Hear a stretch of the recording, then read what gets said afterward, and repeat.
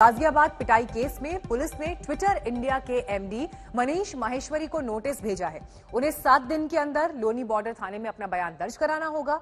Notice जांच अधिकारी की तरफ से जारी किया गया, जो ट्विटर के मुंबई दफ्तर के पते पर भेजा गया। इससे पहले पुलिस ने 12 पॉइंट्स पर ट्विटर से जानकारी मांगी। धार्मिक उन्माद फैलाने के केस में नामजद किए गए आरोपियों की जानकारी मांगी। आपत्तिजनक ट्वीट को रीट्वीट करने वाले लोगों की सूची उपलब्ध कराने के लिए भी कहा। ट्विटर को जवाब देने के लिए 15 दिन का समय दिया गया है। तो ट्विटर इंडिया के एमडी को यह नोटिस पुलिस की तरफ से गया है और लोनी बॉर्डर थाने में उन्हें आकर हाजिरी देनी होगी। इसके अलावा कुछ ऐसे बिंदु हैं जिन पर पुलिस ने ट्विटर से जवाब मांगे हैं। ट्विटर हैंडल्स का प्रयोग करते हुए समाज के मध्य घृणा और विद्वेष फैलाने हेतु प्रेषित संदेश का ट्विटर के द्वारा कोई संज्ञान नहीं लिया गया। देश प्रदेश के विभिन्न समूहों के मध्य शत्रुता के संप्रवर्तन व सौहार्द को प्रभावित करने वाले कार्य व लेख को बढ़ावा दिया गया। तो इस नोटिस में ये पुलिस की तरफ से जो ऑब्जर्वेशन भी और जिस मामले के तहत आरोप बनते हैं उसका जिक्र किया गया है।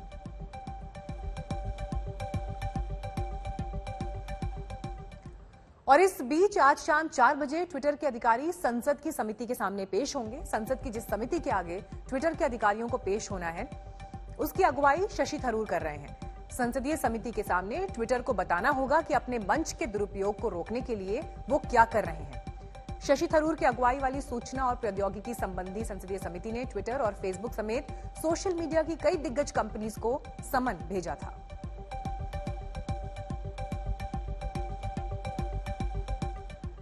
बढ़ते आगे, अब रुक करते हैं अगली खबर का। ये खबर नंदीग्राम सीट को लेकर, क्योंकि नंदीग्राम की लड़ाई अब कोर्ट तक पहुंच गई है। बंगाल की मुख्यमंत्री ममता बनर्जी ने नंदीग्राम सीट से हार को कलकत्ता हाईकोर्ट में चुनौती दी, जिस पर ठीक 1 घंटे बाद सुनवाई है। ममता बनर्जी ने नंदीग्राम में चुनाव प्रक्रिया पर सवाल उठाए हैं। नंदीग्राम में कड़े मुकाबले में ममता बनर्जी के खास रहे शुभेंदु अधिकारी ने 1956 वोटों से ममता बनर्जी को हराया था। लेकिन 46 दिन के बाद ममता बनर्जी इस नतीजे को कोर्ट में चुनौती देने के लिए पहुंची हैं। ममता बनर्जी ने चुनाव आयोग पर धांधली के गंभीर आरोप उस दौरान भी लगाए थे और फिर से काउंटिंग की मांग की थी, लेकिन चुनाव आयोग ने उनकी मांग को ठुकरा दिया था। और अब कलकत्ता हाईकोर्ट में चुनौती इस नतीजे को दे रही हैं ममता बनर्जी। तो ये जीत का अंतर था 1956 सीट, माफ कीजिए 1956 वोट जो ज्यादा हासिल किए थे शुभेंदु अधिकारी ने। I struggled for Nandigram because I fought a movement, so I have forgotten now. It's okay. Let the Nandigram people, whatever they have given the verdict, I accept that. I don't mind for that because it's a match. It is nothing. So we won more than 2-1 seat. That is a landslide victory, and BJP has lost the election commission. I must say, how they fought with us, just like a BJP spokesperson. Even really, I am sorry. When I raised the issue for Nandigram, you people didn't believe that how they looted. You see, the other state, full of state given 1 mandate, and 1 constituency, can they give the other mandate? Is it possible? It is not. It is totally, they were stopped surveillance, they have stopped survivor about 3 hours, they announced the winning, and after that, they are saying something. So this is some looting is going on, some cheating is going on. We will fight in the court case, we will file the court case, and we will fight for that. BJP ने नंदीग्राम के नतीजे को लेकर ममता के court जाने के फैसले पर चुटकी ली। बीजेपी आईटी सेल के प्रमुख अमित मालवीय ने कहा कि नंदीग्राम से ममता को 2-2 बार हारते देखना दिलचस्प होगा। बीजेपी के आईटी सेल के हेड अमित मालवीय का ये ट्वीट आपको हम दिखा रहे हैं, जिसमें वो मजाकिया लहजे में ये कह रहे हैं कि ममता बनर्जी को 2 बार नंदीग्राम की हार का अपमान सहते देखना दिलचस्प होगा। ममता बनर्जी इस मामले को कोर्ट में चुनौती दे रही हैं और 1 घंटे बाद कलकत्ता हाईकोर्ट में सुनवाई है। बंगाल में बीजेपी और टीएमसी की जंग खत्म नहीं हो रही है। मुकुल रॉय के घर वापसी के बाद कई बीजेपी नेताओं के टीएमसी में लौटने की अटकलें लग रही हैं। मुकुल रॉय भी ऐसा दावा कर चुके हैं। बीजेपी ने हालांकि ऐसे दावों को झूठा बताया है। बीजेपी सांसद अर्जुन सिंह ने की आज तक से खास बातचीत। अर्जुन सिंह जी इस वक्त हमारे साथ हैं, उनसे बात करते हैं। अर्जुन सिंह जी, आज ऑर्गेनाइजेशनल मीटिंग थी, तो क्या लेके मीटिंग हुई? कि मेन इशू पोस्टपोर्ट वायलेंस जो हो रहा है, कैसे कार्यकर्ताओं के पास खड़ा हुआ जाए, कैसे उनकी मदद की जाए, बहुत सारे घर तोड़ दिए गए हैं, उनको कैसे फिनेंशियल हेल्प किया जाए, ये सारे मुद्दे पर चर्चा हो रही है। एक बात और सुनने में आ रही है कि जिस तरह से एक्सोडस हो रहा है, काफी निचले स्तर के कार्यकर्ता बीजेपी छोड़कर टीएमसी में जा रहे हैं, कुछ ऊंचे स्तर के कार्यकर्ता, ये नेता भी चाह रहे हैं जाने की, तो इसको रोकने की भी कोई योजना है? देखिए, अत्याचार जुलूम इतना हो रहा है ना कि नीचे के कार्यकर्ताओं को आप कैसे रोक पाएंगे? वो टाइम बिंग अपना सर बचाने के लिए चले जा रहे हैं, और लेकिन वो भारतीय जनता पार्टी के कार्यकर्ता हैं। हो सकता है अपने जान बचाने के लिए आज कहीं न कहीं कुछ इधर से उधर हो रहे हैं। इससे कोई बहुत बड़ा मैटर नहीं है। भारतीय जनता पार्टी के इतना जुल्म और अत्याचार के बाद आज भी खड़ी है, आज भी लड़ाई में है, तो ये बहुत बड़ी बात है। मुकुल राय दावा कर रहे हैं, कई सांसद, कई विधायक उनके साथ हैं। मुकुल राय खुद कितना दिन तक टानेंगे वो देखिए। मुकुल राय जहाँ भी जो पार्टी छोड़ के जाते हैं, उस पार्टी में कहते हैं कि बहुत सारे लोगों को मैं लेके आ जाऊँ, लेकिन वो कितने लोग को लेके आए, यहाँ तक कि अपना बेटा तक को लेके नहीं आए थे। जब 2019 में चुनाव जीत गए, 18 सीट मिला, उसके बाद उनका बेटा बीजेपी में आया था, तो वो झूठा आदमी है, उसका बात छोड़। और बात अब पंजाब की, जहां पर कांग्रेस में टकराव खत्म होने का नाम नहीं ले रहा। आला कमान से ज्यादा तवज्जो मिलने के बाद अमरिंदर सिंह ने नया दांव चला है। सिद्धू को अलग थलग करने के लिए अब वो पुराने विरोधी और पूर्व पंजाब कांग्रेस अध्यक्ष प्रताप सिंह बाजवा के साथ एक मंच पर आ गए। सूत्रों के मुताबिक नवजोत सिंह सिद्धू को लेकर आला कमान के सॉफ्ट कॉर्नर को देखते हुए तमाम गुट कैप्टन अमरिंदर सिंह के खेमे में आ गए हैं। नवजोत सिंह सिद्धू को पंजाब कांग्रेस में या फिर सरकार में बड़ी जिम्मेदारी देने से रोकने के लिए ये कवायद हो रही है।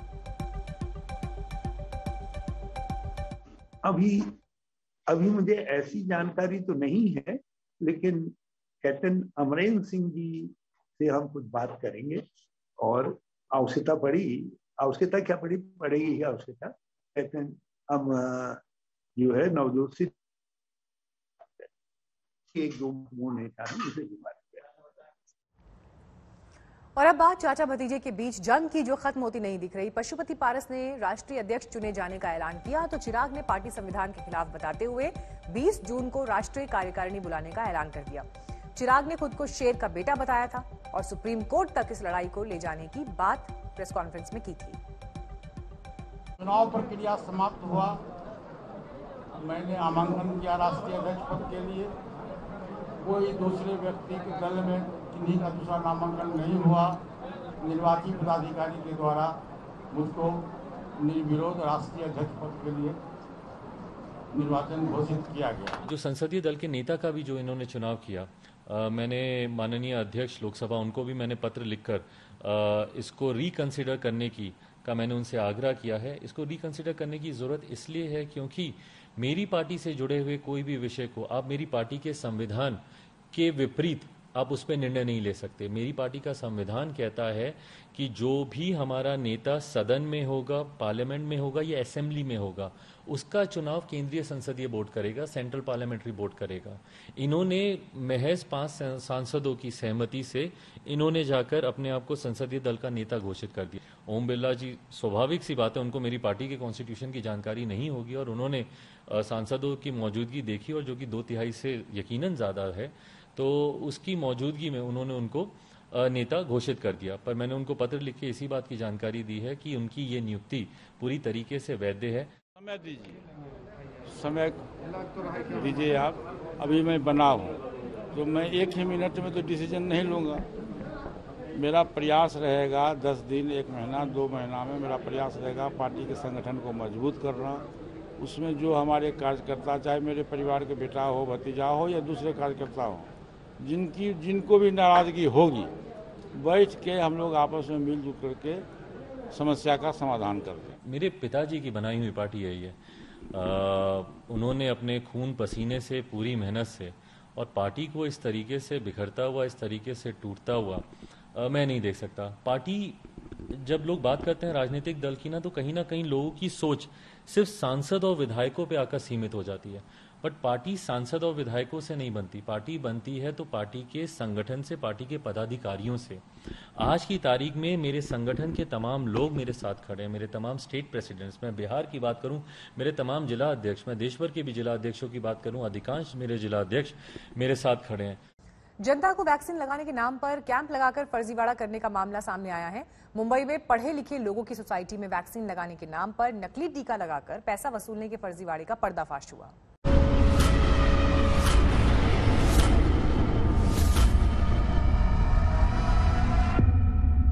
कि हमारे साथ कुछ गलत हो रहा है, लेकिन वो ऑन द स्पॉट वो नहीं समझ में आ रहा था।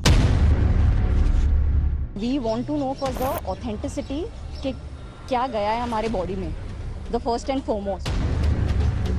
कोई ऐसी कोई चीज नहीं डालती कि जिसके साइड इफेक्ट आए। सो देयर वी फेल्ट के अरे कुछ ना कुछ गलत हो रहा है।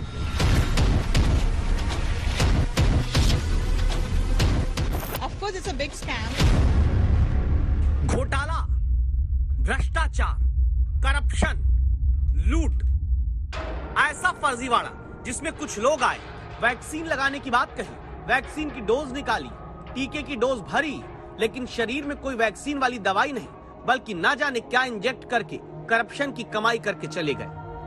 किसी गांव देहात में नहीं, बल्कि गगनचुंबी इमारतों के भीतर रहने वाले लोगों से वैक्सीन का दावा है, करप्शन हुआ। किसी कम पढ़े लिखे समाज के लोगों से नहीं, बल्कि मुंबई के कांदिवली में करोड़ों के फ्लैट वाली हीरानंदानी सोसाइटी में समाज, सिस्टम और सरकार तीनों को सावधान करने वाली घटना होती है। मई के आखिरी हफ्ते में ही हीरानंदानी एस्टेट सोसाइटी में 3 लोग आए, कहा यहाँ वैक्सीन का कैंप लगाएंगे।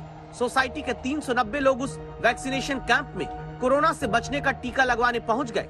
फिर ऐसा क्या हुआ कि यहाँ की सोसाइटी के सैकड़ों लोग एक डर में जीने लगे। संवाददाता सौरभ बक्तानिया आपको सजग करने वाली रिपोर्ट तैयार करने पहुंचे हैं। इस वक्त हम कांदिवली के वही सोसाइटी के बाहर मौजूद है जहां पर 30 तारीख को एक बहुत ही बड़ा वैक्सीनेशन ड्राइव रखा था। 390 लोगों को, इस बिल्डिंग के जो रेसिडेंट है उनको वैक्सीन लगी, कोविशील्ड की वैक्सीन लगी, लेकिन उनमें से किसी को भी अगले 3 से 4 दिनों में कोई भी सिम्टम नहीं हुआ। यानी ना किसी को बुखार आया, ना किसी को बदन दर्द हुआ। आमतौर पर सभी को तो नहीं, लेकिन कुछ लोगों को ऐसे लक्षण वैक्सीनेशन के बाद आते हैं। हीरानंदानी सोसाइटी के लोगों को इसके बाद शक होने लगा कि कहीं ये उनके साथ टीकाकरण के नाम पर भ्रष्टाचार होने का लक्षण तो नहीं है। हमें सर्टिफिकेट्स प्रॉपर टाइम पे नहीं मिल रहे थे और हमें इसकी कोई साइड इफेक्ट नहीं हो रही थी, सिम्टम्स नहीं हो रहे थे। So we are worried about that thing. फिर 4-5 दिन तक हमको सर्टिफिकेट्स नहीं आए, तब जाके हमको ज्यादा इसके बारे में ज्यादा क्वेश्चंस होना शुरू हुआ। 30 मई को कांदिवली की हीरानंदानी सोसाइटी में कथित कैंप में टीका लगवाने वाले लोगों का शक तब और बढ़ गया जब इन्हें याद आया कि वैक्सीन लगवाते वक्त कैंप लगाने वाले लोगों ने फोटो नहीं खींचने दी। वैक्सीन लगाने के बाद किसी तरह का कोई सर्टिफिकेट तुरंत नहीं दिया। वैक्सीनेशन के कुछ दिनों बाद सर्टिफिकेट दिया भी तो अलग अलग अस्पतालों के नाम से भेजा गया।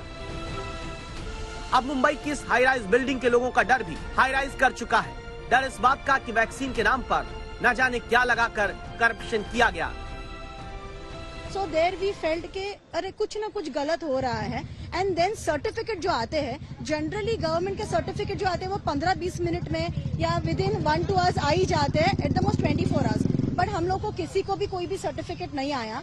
जो भी सर्टिफिकेट्स आए, किसी को 1 हफ्ते के बाद, किसी को उसके बाद। अच्छा, सर्टिफिकेट पे वो कोविन ऐप में सर्टिफिकेट आ गया है, मगर किसी को नानावटी हॉस्पिटल, किसी को लाइफलाइन, तो वहां पे हमें रियलाइज हुआ कि कुछ गलत हुआ है। तो देन ये सब चीज अभी चालू हुई है, मगर now it is the life of 400 people. अच्छा, जिसको सर्टिफिकेट आ गया है तो अभी तो वो अपना पहला डोज ले भी नहीं पाएंगे, तो हम क्या करेंगे? तो we need help that what next is to be done.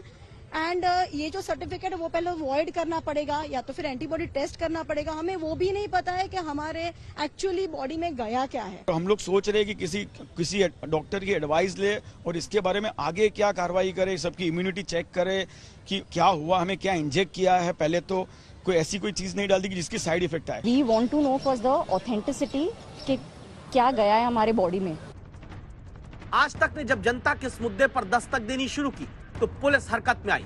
Kandivali police ने जांच शुरू की, जिसमें अब तक पता चला एक नामी अस्पताल का कर्मचारी Rajesh Pandey, event management company से जुड़ा संजय गुप्ता और मुंबई में एक मेडिकल एसोसिएशन का पूर्व प्रमुख महेंद्र सिंह आरोपी हैं। राजेश पांडे का काम सोसाइटी और ऑफिसेज में वैक्सीनेशन कैंप लगाने की बात करना होता था। संजय गुप्ता का काम टीका लगवाने में ज्यादा से ज्यादा लोगों को जोड़ना होता था, जबकि आरोप है कि महेंद्र सिंह कथित वैक्सीन की डोज लाकर देता था, लेकिन कहां से पता नहीं, जिसके बदले एक रकम प्रति व्यक्ति ली जाती थी। हमसे 1260 रुपया लिया गया है। हमें बोला गया था 1200 रुपया ये इसका वैक्सीनेशन का चार्ज है और 60 रुपीज GST है। एक सोसाइटी में 390 लोगों के हिसाब से प्रति व्यक्ति 1260 रुपए लेकर दावा है कि कुछ ही घंटे में 4,91,000 रुपए का टीकाकरण स्कैम यहां अंजाम दिया गया, जिसमें 2 आरोपी हिरासत में हैं। महेंद्र सिंह अभी फरार है। BMC ने भी इस मामले में जांच शुरू कर दी। इंक्वायरी का सबसे अहम पहलू होगा कि ये वैक्सीन कहां से लाई गई थी, क्या ये वैक्सीन जेन्युइन थी या फेक थी, और साथ में ये जो सर्टिफिकेट इश्यूज हुए हैं वो कैसे और किसने इनको इशू किए। अगर इसमें कोई भी इरेगुलरिटीज होगी तो BMC खुद इस पूरे मामले में FIR दर्ज करेगी। जरूरी है कि आप भी सावधान रहें। कोरोना से बचाव में वैक्सीन लगवाना बहुत जरूरी है, लेकिन सरकारी और निजी अस्पतालों के अलावा कहीं भी टीका लगवाते वक्त उस अस्पताल, टीका लगाने वाले लोगों की प्रामाणिकता की पहचान जरूर की जाए। सौरभ बख्तानिया, मुंबई आज तक। अभी मॉनसून पूरी तरह नहीं आया है, लेकिन देश के अलग अलग हिस्सों में बाढ़ और बारिश से तबाही की तस्वीरें आने लगी हैं। उत्तर प्रदेश से बिहार और बंगाल तक जिंदगी सैलाब से घिर गई है। तो आपको कुछ इलाकों की तस्वीरें भी हम दिखा दें कि 24 घंटे में कहां कहां बारिश का अलर्ट है। बिहार, पूर्वी उत्तर प्रदेश, पश्चिम बंगाल, गंगा के किनारे के जो इलाके हैं यहां पर असर रहेगा। झारखंड के कुछ इलाकों में भारी बारिश हो सकती है। तो ये पूरी तस्वीर है। इसके अलावा आपको ये भी बता दें हम कि वो इलाके जहां पर जो नदी के किनारे बसते हैं वहां हालात बहुत ज्यादा खराब हो सकते हैं आने वाले वक्त में। हालांकि तस्वीरें कई गांवों से और दूर दराज के इलाकों से अभी से मिलनी शुरू हो गई हैं, जबकि मॉनसून अभी अपने पीक पर नहीं पहुंचा है। उसके बावजूद ये हालात आपको बिहार, उत्तर प्रदेश के कुछ इलाकों में दिखाई देंगे। बेघर,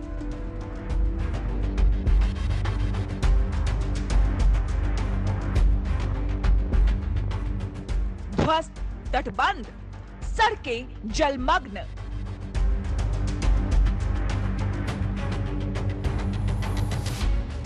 बाढ़ से तबाही, 50 गांवों ने ली जल समाधि।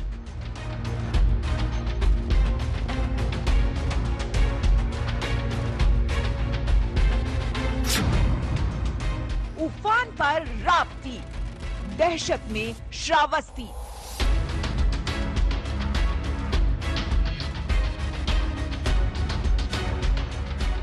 उफान पर नदी, बहा न ले जाए जिंदगी।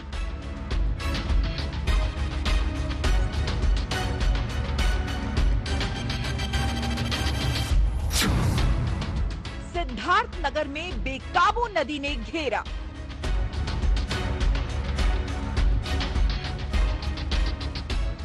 डूब गया घर बार, बांधों पर बसेरा।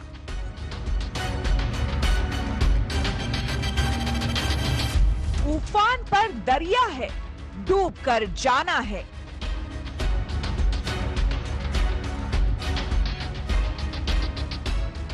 राहत की गुहार, बचा लो सरकार।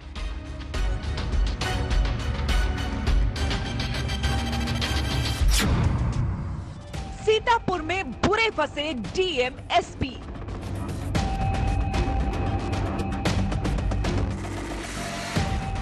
दलदल में फंसी अफसरों की कार। वाराणसी में मूसलाधार, शहर बेहाल।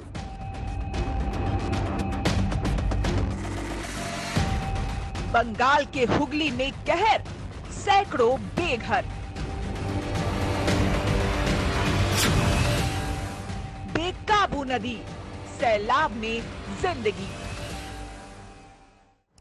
एक बार फिर से यूपी और बिहार के लिए नेपाल से अलर्ट आया है। जब जब नेपाल में नदियां उफनती हैं तो बिहार, यूपी के गांव डूबने लगते हैं। नेपाल में बादल फटने से भारी तबाही मची। अब उत्तर प्रदेश और बिहार के सामने बाढ़ का संकट बढ़ गया है। पड़ोसी मुल्क है। यहाँ बारिश के बाद आई बाढ़ ने ऐसी तबाही मचाई कि चप्पा चप्पा इसकी गवाही दे रहा है। नेपाल में बाढ़ का मतलब है भारत में भी खतरा। जी हाँ, नेपाल में जब भी तबाही आती है, हाहाकार बिहार से लेकर पूर्वी उत्तर प्रदेश में भी मच जाता है, और इस बार भी वैसा ही हुआ। आज हम आपको दिखाएंगे कि कैसे नेपाल का पानी बिहार और यूपी में कहर बरपा रहा है। लेकिन पहले नेपाल में आए जल प्रलय की एक एक तस्वीर दिखाते हैं। तस्वीरें नेपाल के सिंधुपल चौक की है। सैलाब बस्तियों के बीचों बीच बह रहा है। आप देख सकते हैं कि आधा मकान पानी में डूबा हुआ है। यहाँ सैलाब ऐसी तबाही लेकर आया है कि उसके निशान चप्पे चप्पे पर दिखाई दे रहे हैं। सैलाब बाइक को बहा कर ले गया, मकान ध्वस्त हो गए। देखिए कैसे सिलेंडर कीचड़ में धंसा हुआ पड़ा है। सैलाब के साथ इतनी मिट्टी आई कि मकान दुकान आधे आधे धंस गए। मध्य नेपाल की नदी में आए सैलाब से अब तक 7 लोगों की मौत हो चुकी है, जबकि 50 से ज्यादा लोग अभी भी लापता हैं। इसमें 3 भारतीय और कुछ चीनी नागरिक भी शामिल हैं। बाढ़ के पानी की तेज रफ्तार से कई पुल टूट गए हैं। मेलमची नदी के किनारे के बसे गांवों में करीब 300 झोपड़ियां बह गईं। निचले इलाके में करीब 200 घरों पर खतरा है। बड़ी संख्या में लोगों ने सुरक्षित स्थानों पर शरण ले रखी। अब आपको दिखाते हैं कैसे नेपाल में भारी बारिश और भयंकर बाढ़ के चलते उत्तर प्रदेश और बिहार के कई जिलों में बाढ़ का खतरा पैदा हो गया है। भारी बारिश के बाद नेपाल से गंडक नदी में 4,12,000 क्यूसेक पानी छोड़ा गया है।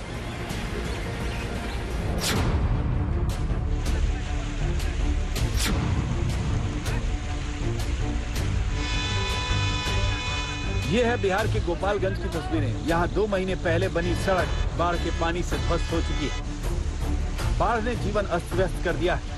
खेतों में खड़ी फसलें बर्बाद हो गईं। गांव में बढ़ते पानी के चलते लोग पलायन करने लगे। गंडक के जलस्तर बढ़ने से तटबंध पर दबाव लगातार बढ़ रहा है। प्रशासन ने लोगों को सुरक्षित स्थानों पर चले जाने की अपील की।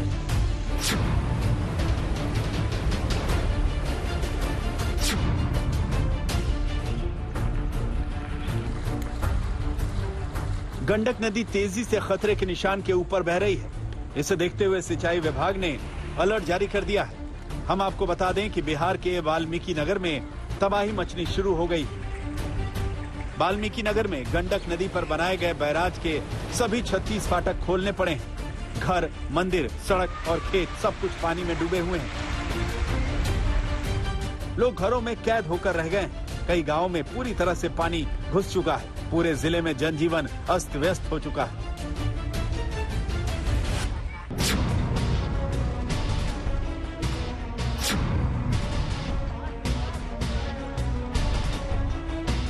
एक तो नेपाल का पानी, ऊपर से मानसून की बारिश। महाराजगंज में डबल आफत आन पड़ी है। रोहिंग, चंदन, प्यास नदी का जलस्तर खतरे के निशान के पार चला गया है, जबकि महाव और झरही नदी का बांध 4 जगहों पर टूटा है। पूरे महाराजगंज जिले में हाई अलर्ट जारी कर दिया गया। खुद डीएम छाता लेकर बाढ़ ग्रस्त इलाकों का मुआयना कर रहे हैं। बाढ़ से निपटने के लिए डीएम ने कमान संभाली हुई।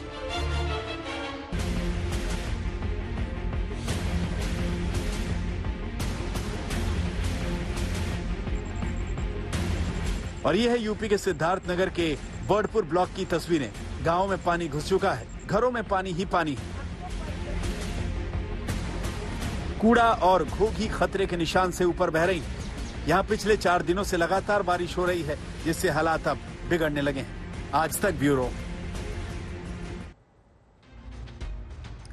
तो देश में बाढ़ से बेहद डर इसलिए भी लगता है क्योंकि हर साल बाढ़ के बाद जो विनाश होता है, कितने लोगों के बेघर होने की तस्वीरें सामने आती हैं। डूबते मकान, बहते पुल, तबाह होती फसलें। तो ये तमाम वो नुकसान हैं जो लोगों के लिए जिसकी भरपाई कर पाना बेहद मुश्किल हो जाता है। आपको कुछ आंकड़ों में हम तस्वीर दिखाते हैं। साल 1950 के बाद से मध्य भारत में भारी बारिश की 3 गुना जो घटनाएं हैं वो हो चुकी हैं। एक और आंकड़ा ये कहता है कि 1950 से 2017 के बीच भारत में बाढ़ की 285 घटनाएं हुई, जिनसे करीब 85 करोड़ की आबादी प्रभावित हुई। इनमें से करीब 2 करोड़ लोग बेघर हो गए तो करीब 71,000 लोगों की मौत हुई। इन तमाम घटनाओं से हुए नुकसान का मूल्य करीब $60 अरब आंका जाता है। इस संबंध में एक रिपोर्ट की माने तो पिछले 1 दशक में बाढ़ से होने वाला नुकसान करीब $3 अरब हर साल रहा है। बाढ़ की दहशत से भारत के अलग अलग राज्यों में समस्या सामने आकर खड़ी हो गई है। मानसून की शुरुआत देश के कई हिस्सों में हो चुकी है। उन्हीं में से एक है पश्चिम बंगाल। यहां से यास तूफान को गुजरे हुए अभी ज्यादा दिन नहीं हुए हैं और अब बाढ़ और बारिश ने लोगों की जिंदगी को मुश्किल में डाल दिया है।